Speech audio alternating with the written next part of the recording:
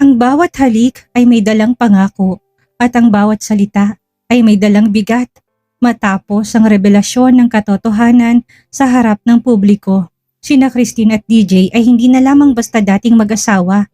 Sila ay dalawang pusong muling sinusubok ng tadhana.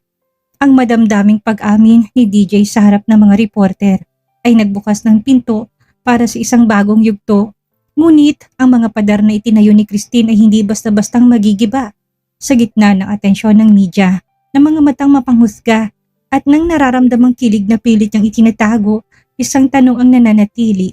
Ang halik bang yun ay huling hirit ng nakaraan o simula ng pagbabalik ng isang pag-ibig na akala nila ay tuluyan na nilang kinalimutan?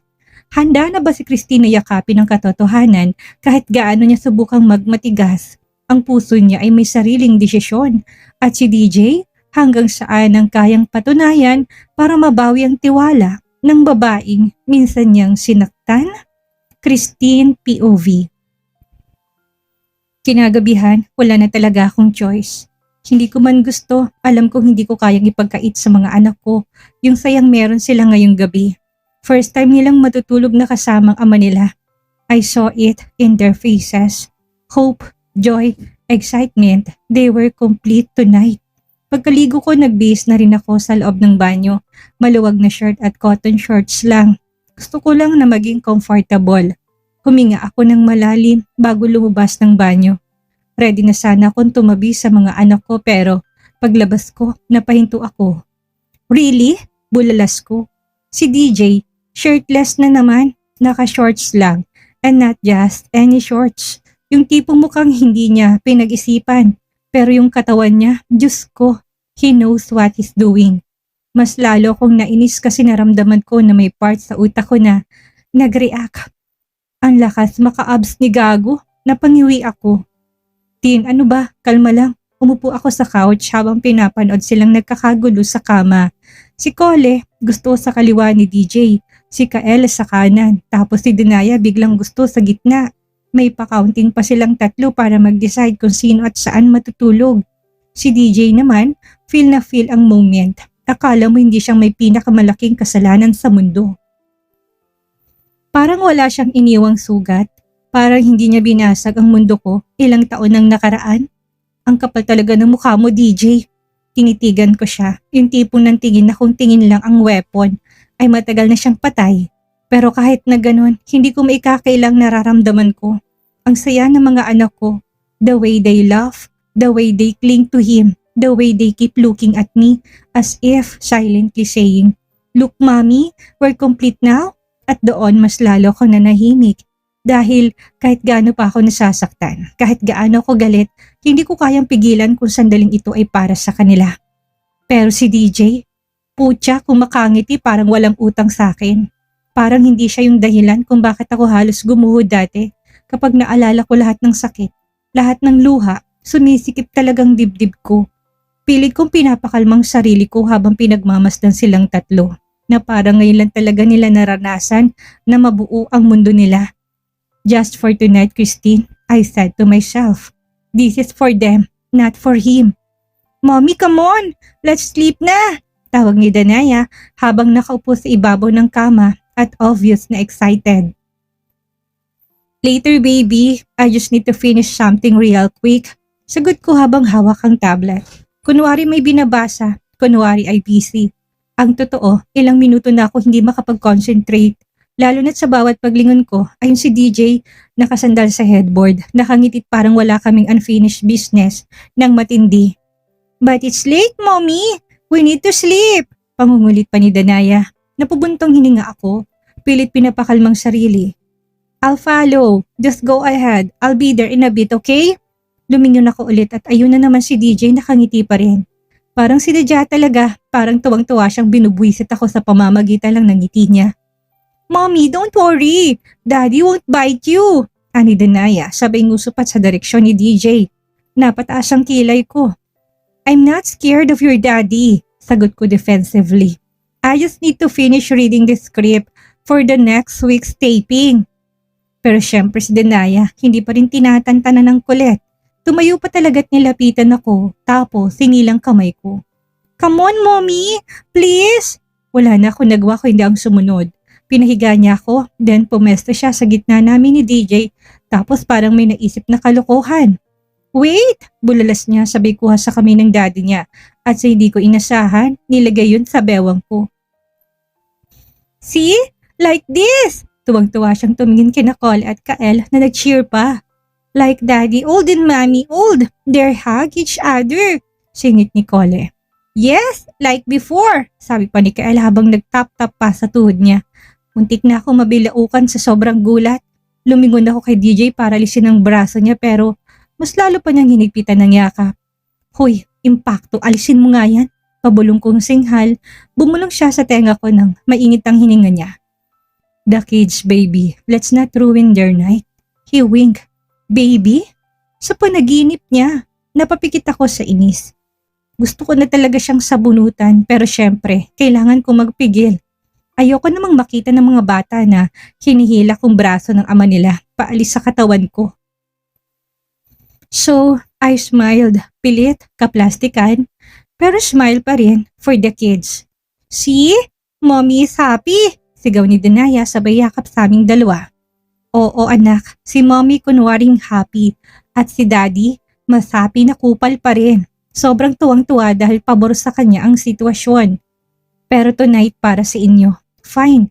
Pasimple akong sumiko pero imbis na bitawan ako mas lalo pa niyang hinipitan ang yakap niya sa bewang ko. Kapal moks talaga nito. Huminga ako ng malalim at pinipigilan ang sarili ko na huwag sumabog sa harap ng mga bata. Mamaya ka sa akin kapag tulog na sila.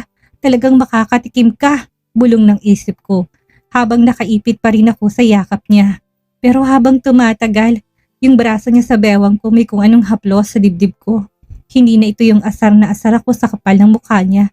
Iba to, yung yakap niya, it felt familiar, warm, buo, may lambing, parang nung teenager ako, parang safe ako.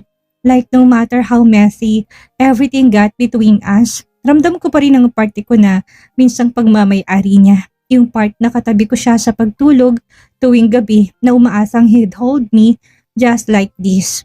And before I knew it, akong nakatulog dahil sa yakap niya. Kinabukasan pagmulat ko ng mga mata, ang instinct ko kaagad ay kapain kung may bisig pa rin bang nakayakap sa akin. Pero wala na si DJ. Napabangon agad ako, napatingin sa kama, bakante na yung tabi ko. Wala na rin ang mga bata, saglit akong kinabahan. But then, narinig ko yung mga tawa mula sa labas ng pinto. Ang saya ng mga tawa, tapos bumukas ang pinto. Mommy! Sigaw ng triplets. Halos sabay-sabay. We cook for you, Daddy cook for you. Kasunod nilang pumasok si DJ. Hawak ang tray na may umuusok pang pagkain. May sopas, may pancakes na parang may ngipin ng bata sa hugis, may orange juice pa. Sumalampak sa kama ang tatlo, natawa pa ako ng bahagya sa gulat habang lumundo ang kutsyon. Si DJ kalmado lang, nilapag ang tray sa side table. Good morning, bati niya. Hindi ako kaagad sumagot, palipat-lipat ang tingin ko sa kanila. Ang saya ng mukha ng mga anak ko, wala silang muwang sa gulo naming dalawa. Hindi ko man masabi, pero may kung anong lambing ako naramdaman, a little spark of happiness. Pero syempre, hindi ibig sabihin nun na okay na kami. Hindi pa, kulang pa, malayo pa sa katotohanan. Maligo ka na pagkatapos mong kumain, malambing na sabi ni DJ habang tinatapik ang likod ni Danaya. Sasamahan kita sa interview mo today. I want to be there when you clear your name. Nagkatinginan kami, seryosong mukha niya.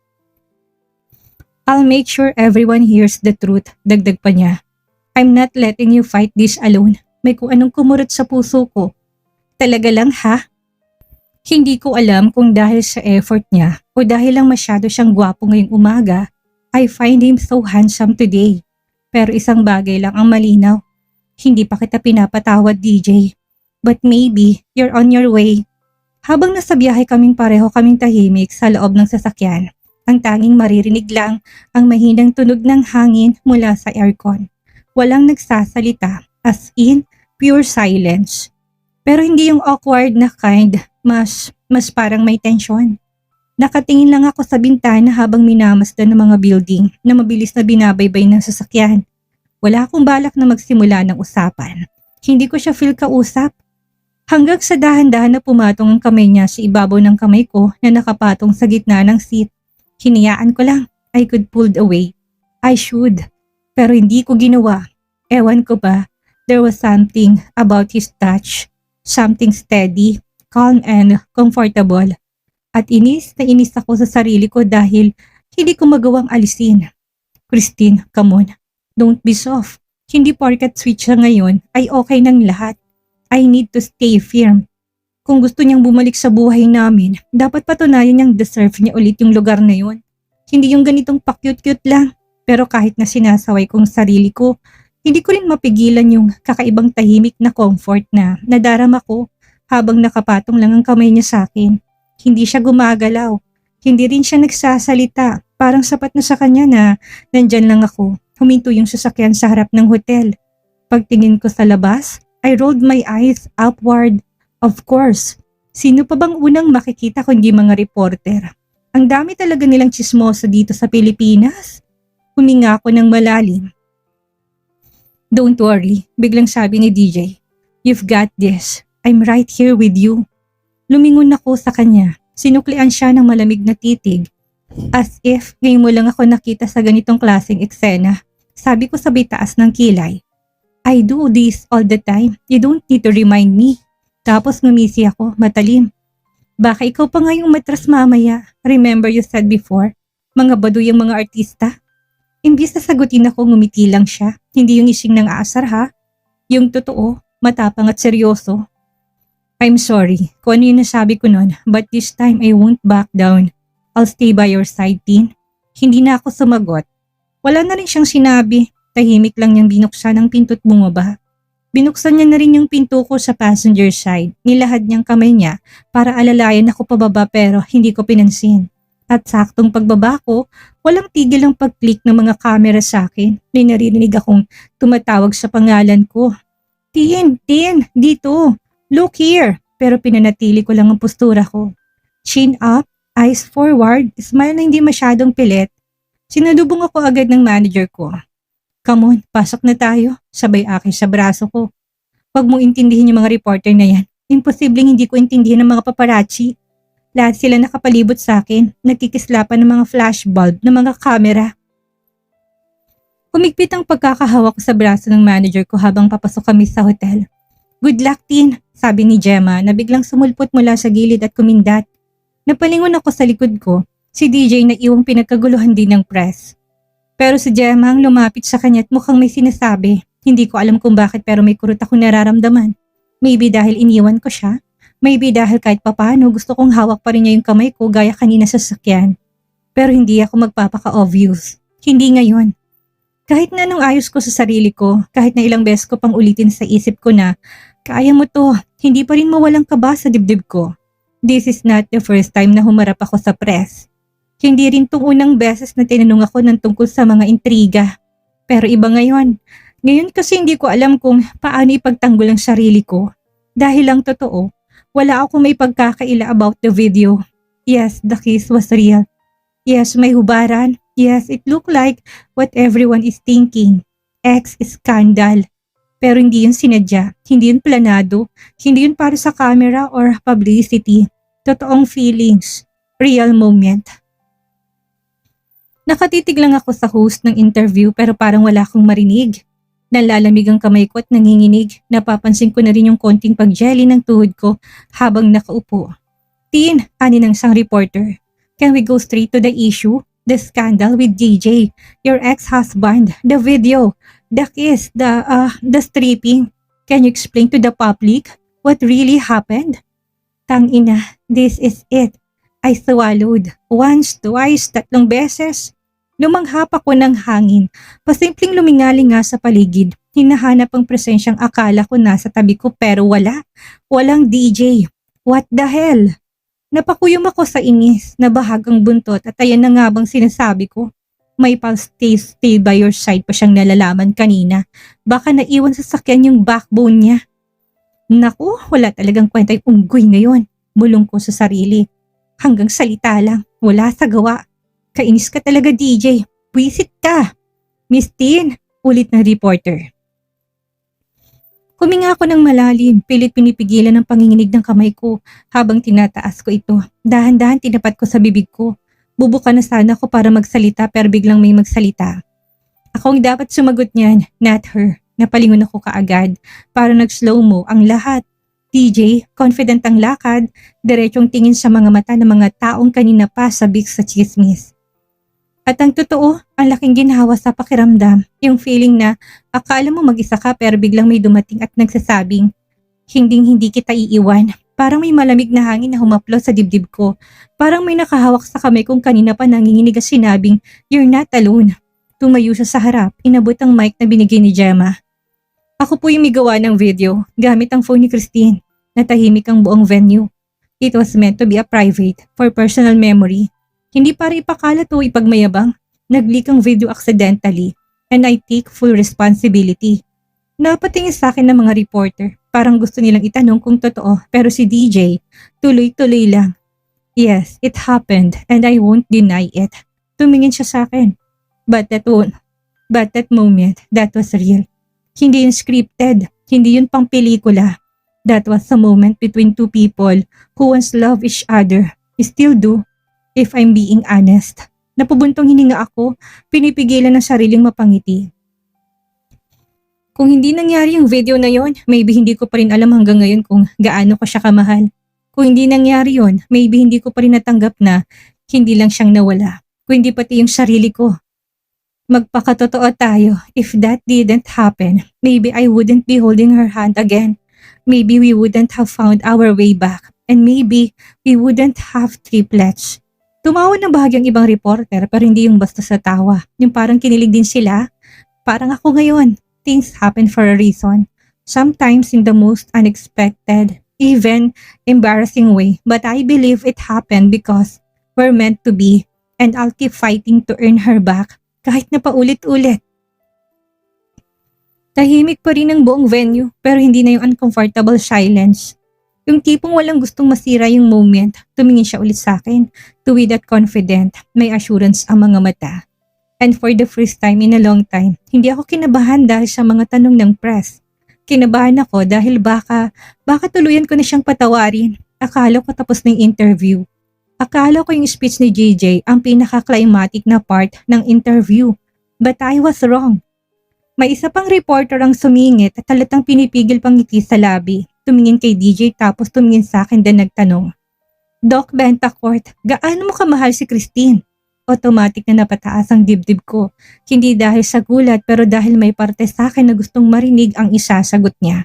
Para bang may parte ng pagkatao ko nakaabang at kahit na ilang beses ko pang sabihin sa sarili kong wala na dapat akong maramdaman, naghihintay pa rin ako, lalo ng puso ko. Tumingin si DJ sa nagtanong sabay ngumiti. Then, tumingin siya sa akin na may kislap sa kanyang mga mata. Those kinds of looks na pwede akong matunaw. Before I answer that, Anya, let me say sorry first. Sorry sa lahat ng pagkukulang ko noon. Sorry dahil ako yung unang bumitaw. Sorry dahil pinili kong iwan siya sa panahong ako mismong dahilan ng mga luha niya. Sorry dahil kahit na mahal ko siya, ako rin yung gumawa ng dahilan para mawala siya sa buhay ko. He took a deep breath at ako naman pakaramdam ko na yung lalamunan ko. Gusto ko umiwas ng tingin pero hindi ko magawa. Para ko nakapako sa kinupaan ko at nagpatuloy siyang magsalita. Ngayon, gaano ko siya kamahal? Umiling siya ng bahagya. Parang hindi sapat ang salita na sasabihin niya. Mahina lang ang boses pero diretso sa dibdib. Parang napana nga eh. I love her enough to change the man I become. Not to win her back but to be worthy of her if ever she chooses to come back. I love her more than my pride, more than my plans, more than what people think of me. Huminga siya ng malalim na natiling mga mata sa akin saka itinuloy. Christine isn't just the love of my life. Siyang salamin na matagal ko nang iniiwasan. Kasi kapag tumingin siya sa akin, I see the truth. She calls me out when I'm selfish. She sees through me when I lie. She knows how to break my ego and still patch me up when I'm broken. At tatanungin mo kung gaano ko siya kamahal? Enough to spend every single day proving I don't deserve her but still chose to love her kahit na kailangan kong gawin to mula sa malayo. He said sweetly, At parang lalanggamin na ako sa sobrang sweet. Biglang umugong ang hiyawan sa paligid. Tumili ang mga tao, nagpalakpakan pa lahat at tuwang-tuwa. Lahat kinikilig, lahat amaze na amaze sa sagot ni DJ. Mga siraulo at ako. Hindi ko alam kung matutunaw ba ako sa kinaupuan ko ipagdarasal na sana bumuka ang lupa para lumubog ako. Ang dami kong gustong itago, yung kilig ko, yung pamumula ng pisngi ko, yung sobrang panginginig ng tuhod ko, yung kaba na akala ko kanina dahil sa press pero ngayon, dahil sa mga salitang yon, dahil sa damdaming yon. Pero syempre pinanatili kong poker face ko. Umayos ako ng upot kunwari cool lang. Kunwari unaffected pero hindi pwedeng bumigay. Hindi pa ngayon, hindi pa pwedeng malaman ni DJ na unti-unti na siyang bumabalik sa puso ko. Pucha, tagos hanggang buto, hanggang kaluluwa ko at habang nagkakagulo ang press at may mga naghahagis pa ng mga tanong sa ere, may bumulong lang sa loob ko. Oh no, Tin, you're in trouble again. Ngiti-ngiti ang puso ko kahit na yung mukha ko trying hard to keep the truth inside my heart. Akala ko tapos na yung lahat. Akala kong climax na eksena ngayon na yung confession ni DJ. Pero hindi pa pala. Biglang may sumigaw mula sa likod ng mga reporter. Wala bang kiss dyan? Kiss naman dyan! Nalaki ang mga mata ko sa gulat. Muntik na akong maubos sa shock. Napaatras ako sa kinupuan ko. Hawak ang armrest habang pasimpleng tinaasan kong kilay si DJ. Isang matalim na titig at may halong warning look. Huwag mo subukan. Pero syempre, dahil nga kalaban kong tadhana at mas lalong kalaban kong mukha ng lalaking ito, ngumiti lang siya. At hindi lang basta smile ha, may kasama pang pakutitap ng mata sa crowd, yung tipong artista sa teleserye na sinadya talaga ng scriptwriter para i-flex ang charm. Bakit hindi na lang siya nag-artista? Ang galing niyang umarte. Mapagsamantala. Gusto ko mag-walk out. Yes naman, sagot ni DJ. Malakas, confident, parang nanalo sa raffle. Talagang sinakyan niya ang sitwasyon dahil alam niyang hindi ako makakahindi. Yes, sa loob-loob ko. Lord, patawad sa lahat ng kasalanan ko pero sana po, pigilan mong lalaking ito kahit nakidlat po, baha o lindol, kahit na ano. Pero wala, deadma si Lord at si DJ. Umakbang palapit, mabagal at tila may sariling background music ang paglapit niya. Nag-cheer pa ang mga tao parang nasa pep rally. Kiss! Kiss! At may sumunod pa. Sa lips! Sa lips! Parang gusto kong maglaho na lang sa harapan ng lahat. Hindi to nangyayari. Hindi talaga to nangyayari. Pero nangyayari nga. Mapagsamanta talagang lalaking to hanggang sa nasa harap ko na siya. Yung mukha niya ilang pulgada na lang ang layo sa mukha ko. Kita ko na yung pilik mata niya. At yes, yung slight na dimple niya sa left cheek. Abusado ka. Bulong ko sa hindi mapigilang inis habang hawak ko pang mic pero hindi makakibo. Ngumiti siya. Oh, that smug smile again. I found it sweet. Sabay ngiti pat lalo. And besides, public demand. Lol, bago pa siya matadyakan, naramdam ko na yung init ng hininga niya sa balat ko. Hindi niya ako kagad dinalikan, hindi siya nagmadali. Parang ine-enjoy niya pa yung moment, yung kaba, yung anticipation, at bago ko pa matakpan ng labi ko o makaisip ng plan B, lumapat na sa labi ko ang labi niya. Warm, smooth, saglit na halik lang pero sapat para kuminit ang tenga ko. Hindi ito yung tipong showbiz kiss lang para matapos ang issue. Hindi, ito yung tipong don't you ever forget you're still mine. Nagtilian ng mga tao, may napasigaw pa ng oh my God at may nag-clap-clap pa sa likod ko. Ako, hindi ko alam kung iiyak ako, tatalikod o sasalubungin siya ng sampal. Pero ang pinaka nakakainis, hindi ko siya itinulak, hindi ko rin siya sinampal, hindi ko rin siya tinignan pagkatapos. Tumayo lang ako at sa unang pagkakataon mula kanina, naku na unang umalis sa eksena pero habang naglalakad ako papalayo, pinipilit na hindi mapansin ang pagkalat ng init sa mukha ko. Isa lang ang sigaw ng utak ko. Tangina, bakit ang sarap nun? And now, I'm in serious trouble. Hindi ko ninintay pang matapos ang hiyawan ng mga reporter. Hindi ko na rin kayang makita yung smug face ni DJ na siguradong proud na proud sa ginawa niyang pananamantala. Diretso kong lumakad palayo dalang mukha kong hindi maipinta, magkahalong hiya, inis at yung emotion na ayaw ko pang pangalanan. Ilang hakbang pa lang ako palayo sa venue, narinig ko na mabilis na yabag at ang pamilyar na boses ni Gemma.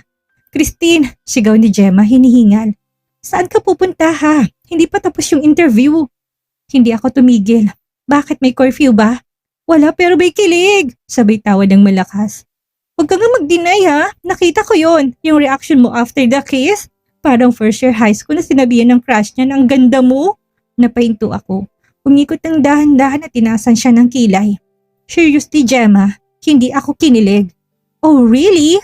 Really? At lalong hindi ako makipagbalikan sa lalaking yun. I crossed her arms and obviously hindi kumbinsido. Pero hindi siya pumilit, tumangu-tango lang siya. Yung tipong, sige, kung yan ang drama mo, pagbibigyan kita. Pero hindi ko matiis ay yung ngiti sa gilid ng labi niya. At mas lalong hindi ko matanggap ng sarili ko nang ngumiti rin. Hanggang sa maramdaman ko yung pamumula ng pisngi ko. Kaya dali-dali kong inirapan si Gemma. Defensive as usual. Alam mo, hindi pa oras para bumigay. Hindi pa ako kumbinsido, Gemma. Kulang pang mga pinapakita niya. Okay, she said, rolling her eyes. Pero kahit na ganun, amiga, mag-thank you ka man lang kay DJ. I mean, he did have to answer that way sa press. Pero ginawa niya. Umirap ako ulit. Mas malala. Excuse me, at bakit ako magti-thank you? Kasi dinipensahan ka niya. I chuckled. Dapat lang. Hello, kasama niya ako sa skandal. Part siya ng problema, so part din siya ng solusyon. Hindi yun kabutihang loob, Gemma. Responsibility yun. Obligasyon. Natahimik saglit si Gemma, then umiling sabay bulong. Grabe ka, ang tigas mo. Kailangan, ayoko ng false hope. At kahit hindi ko sabihin, alam ko nararamdaman niya, may pader pa rin sa pagitan namin ni DJ. Hindi dahil ayokong gibain ito, kundi dahil takot ako na kapag bumigay ako, wala na akong kontrol. At sa isang lalaking gaya ni DJ, losing control could be dangerous. Pero yung puso ko, kanina pa kumakabog. Kanina pa nagtatalo yung pride ko at isang parte ng sarili kong gustong umasa. Ay, aminado ako. Napapangiti rin ako sa kabanatang ito mula sa mga inosenteng hirit ng ating triplets na sina Cole, Kael at Danaya hanggang sa nakakakilig na pag-amin ni DJ sa harap ng buong media. Talagang ramdam natin ang unti-unting pagtunaw ng mga pader na itinayo ni Christine. Ang halik na yun sa harap ng press ay hindi lang basta publicity stunt para kay Christine. Ito ang mitya ng kanyang pinakamalaking pagsubok, ang loss of control. Lahat tayo nakaranas na nito, yung handang-handa na tayong magmatigas, handa na tayong mag-walk out pero ang puso natin kusa pa rin tumitibok ng mabilis sa tuwing nandyan ang taong naging bahagi ng ating nakaraan. Sabi nga nila, ang pagpapatawad ay hindi nangangahulugan ng paglimot, kundi ng pagpili na huwag hayaang lamunin ka ng nakaraan. Mukhang ito ng pinagdaanan ni Christine. Gusto niya maging matatag, gusto niya maging firm sa kanyang mga rules pero sa bawat sweet gesture ni DJ, parang unti-unti nagbabagong ihip ng hangin. Pero wag tayong pakakasiguro, ang tiwalay parang salamin na kapag nabasag, kahit buin mo, may mga lamat na may iwan. Sapat na bang matatamis na salita at mga public display of attention ni DJ para burahin ang lahat ng sakit sa nararamdaman ni Christine? O sadyang napakagaling lang talaga ni DJ sa pag-arte para makuha ang gusto niya? Ano sa tingin ninyo? Ang halik na yun ba ay start of a new beginning? O baka naman nagbibigay lang ito ng false hope kay Christine? I-comment nyo ng inyong mga real talk na opinion. Maraming salamat po.